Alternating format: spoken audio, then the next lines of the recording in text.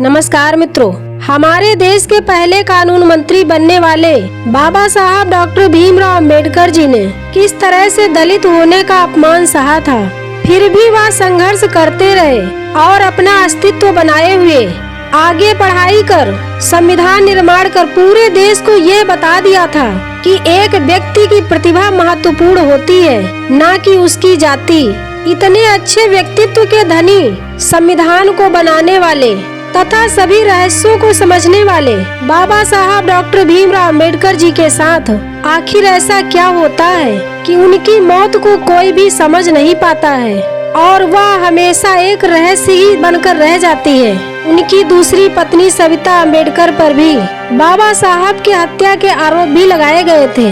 आखिर में बाबा साहब के साथ क्या हुआ था, तो आइए मित्रों जानते हैं इन सब के रहस्यों के बारे में। बाबा साहब डॉक्टर भीमराव अंबेडकर जी का जन्म 14 अप्रैल 1891 को मध्य प्रदेश के इंदौर जिले के महू गांव में हुआ था। इनकी प्रारंभिक शिक्षा मुंबई में हुई थी और इसके बाद आगे की पढ़ाई के लिए लंदन चले गए थे। वहां पर उन्होंने MA, PhD, MSc, DSc जैसी कई डिग्रियां हासिल की थी। 1923 में बाबा साहब डॉक्टर भीमराव अंबेडकर जी बैरिस्टर बनकर भारत आए थे, जिसके बाद वे भारत में आकर अपने कानूनी संबंधी कार्यों में जुट गए थे। बाबा साहब दलितों का दर्द समझते थे, इसीलिए उन्होंने पूरा जीवन दलितों के उत्थान के लिए ही समर्पित कर दिया था। आगे चलकर समानता के लिए आरक्षण व्यवस्था पर भी इन्हीं के द्वारा ही जोर दिया गया था। बाबा साहब डॉक्टर भीमराव अंबेडकर जी का कहना था कि जब तक आप सामाजिक स्वतंत्रता हासिल नहीं कर लेते, तब तक कानून आपको जो भी स्वतंत्रता देता है वह आपके किसी भी काम का नहीं है। डॉक्टर भीमराव अंबेडकर जी को डायबिटीज, ब्लड प्रेशर जैसी कई बीमारियां थीं, जिसके कारण उनका सफर मुश्किल रहा था और शरीर भी बेहद कमजोर हो गया था। रात में पैरों में दर्द इतनी होती थी कि वो सो नहीं पाते थे।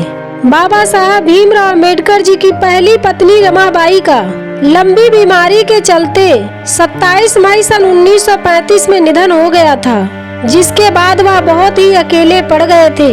बाबा साहब का बेटा यशवंत भी मुंबई में रहने लगा था और वह अन्य लड़कों के जैसे भी कभी कभार अपने पिता से मिलने आता था।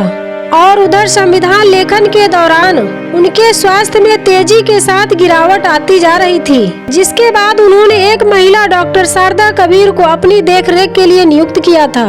डॉक्टर शारदा कबीर एक ब्राह्मण परिवार से ताल्लुक रखती थी। इलाज के दौरान उन्हें बाबा साहब की बातें और विचार बहुत ही प्रभावित करती थी, जिसके बारे में वह लिखती है कि समय के साथ हम दोनों के बीच की बातें बढ़ती चली गयी। साहित्य, समाज, घर आदि विषयों पर बातचीत होती थी। कभी कभी हमारी उनसे बहस भी हो जाती थी। बाबा साहब बड़े ही ध्यान से हमारे तर्क सुनते थे और फिर अपनी बात कहते थे।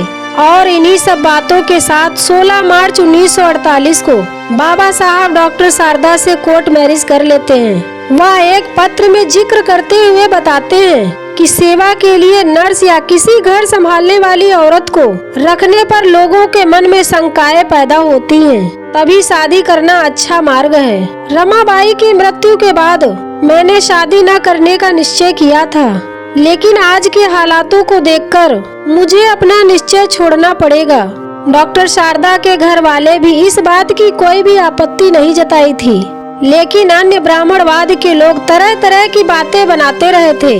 बाबा साहब डॉक्टर शारदा को प्यार से सविता कहकर बुलाते थे और इसीलिए उनका नाम सविता अंबेडकर पड़ गया था। वह हमेशा अधिकांश समय बाबा साहब के साथ बिताती थी, चाहे वह कोई रैली हो या मीटिंग हो या फिर कोई अन्य जगह हो। लेकिन 6 दिसंबर सन 1956 को उनका ये साथ छूट जाता है, क्योंकि सुबह के वक्त बाबा साहब डॉक्टर भीमराव अंबेडकर जी का महापरिनिर्वाण हो जाता है। यह सब इतने अचानक से हुआ था कि पूरा भारत देखता ही रह गया था। यह सब कैसे हुआ था? महापरिनिर्वाण के पहले बाबा साहब का आखिरी कार्यक्रम राज्यसभा में भाग लेने का हुआ था। नवंबर के आखिरी 3 हफ्तों के दौरान वे दिल्ली से बाहर रहे थे। 14 नवंबर को उन्होंने काठमांडू में हुई विश्व धर्म संसद में भी भाग लिया था। बाबा साहब डॉक्टर भीमराव अंबेडकर जी ने हिंदू धर्म में हो रहे सामाजिक भेदभाव और छुआछूत को देखकर ही हिंदू धर्म को छोड़कर बौद्ध धर्म को अपनाया था और उसके बाद से ही वह बौद्ध धर्म के विभिन्न शाखाओं में आया जाया करते थे। ऐसे ही उन्होंने आखिरी बार काठमांडू में अलग अलग जगहों पर लोगों से मुलाकातें की और चर्चाएं भी की थी। डॉक्टर सविता अम्बेडकर इस बारे में लिखती हैं कि भारत लौटते वक्त बाबा साहब ने बौद्ध धर्म के तीर्थ स्थलों का दौरा किया था। वह नेपाल में महात्मा बुद्ध के जन्म स्थल लुम्बिनी गए और बोध गया भी गए थे।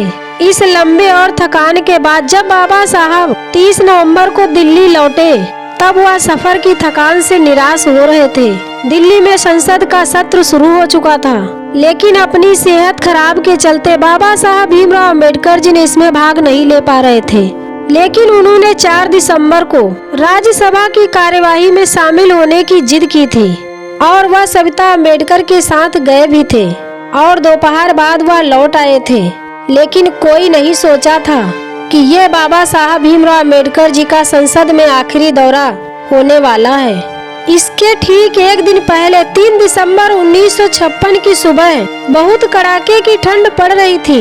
फिर भी बाबा साहब अपने सहयोगी नानक चंद रत्तू जी को अपने साथ लेकर सुदामा का हालचाल मालूम करने के लिए निकल पड़े। करुणा के सागर बाबा साहब भीमराव अम्बेडकर बहुत भावुक और दूसरे के दुख को देखकर पिघल जाने वाले व्यक्ति थे।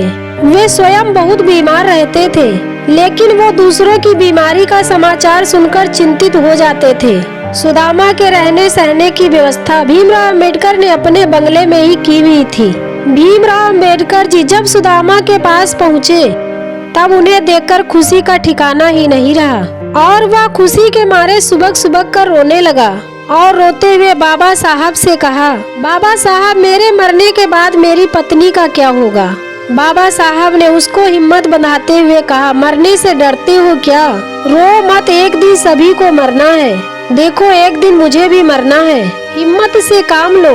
मैं तुम्हारे लिए अभी दवा भेजता हूँ, तुम जल्दी ही ठीक हो जाओगे। बाबा साहब ने लौटकर नानक चंद रत्तू जी के हाथ दवाइयाँ भिजवाई थी, लेकिन किसको पता था कि अगले कुछ दिनों में ही उनकी भी जीवन लीला समाप्त होने वाली है। सारी उम्र घोर परिश्रम, कष्ट व संघर्ष के बीच मधुमेह की बीमारी ने बाबा साहब भीमराव अम्बेडकर जी को कब घेर लिया कुछ पता ही नहीं चला। उनका स्वास्थ्य दिनों दिन खराब होता जा रहा था। उनके पैरों में इतना दर्द होता था कि वे कई रातों सो नहीं सकते थे। बिना सहारे वे चल नहीं पाते थे और उन्हें सांस लेने में भी कष्ट होने लगा था। वजन घट गया था और दुर्बल डॉक्टर सविता अम्बेडकर जी ने अपनी जीवन में बाबा साहब के आखिरी वक्त के बारे में बहुत ही विस्तार से लिखा है।